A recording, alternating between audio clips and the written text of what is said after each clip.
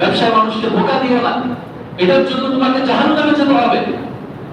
রাসূল সাল্লাল্লাহু আলাইহি ওয়াসাল্লাম বলেছেন, রাসূল সাল্লাল্লাহু আলাইহি ওয়াসাল্লাম একবার মদিনার বাজারে গেলেন, যাওয়ার পরে দেখেন যে একজন ব্যক্তি শস্য বিক্রি করতেছে।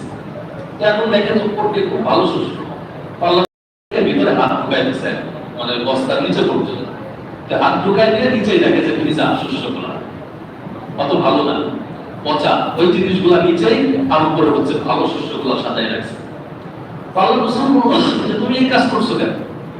নিচেই খারাপ জিনিস রেখে উপরে ভালো জিনিস তুমি কেন দিয়েছো? ওই ব্যক্তি মুসলমান। তো ওই ব্যক্তি বলছে, ইয়া রাসূলুল্লাহ, এমনি বৃষ্টি হয়েছিল, তো বৃষ্টি নিচে ওইভাবে ছিল, ওইভাবেই আছে। আল্লাহ রাসূল বলছে না, যখন এটা কিনবে সে তো দেখবে যে তুমি এটা পুরাটাই ভালো, কিন্তু এটা দিয়ে যখন সে বাড়ি যাবে তখন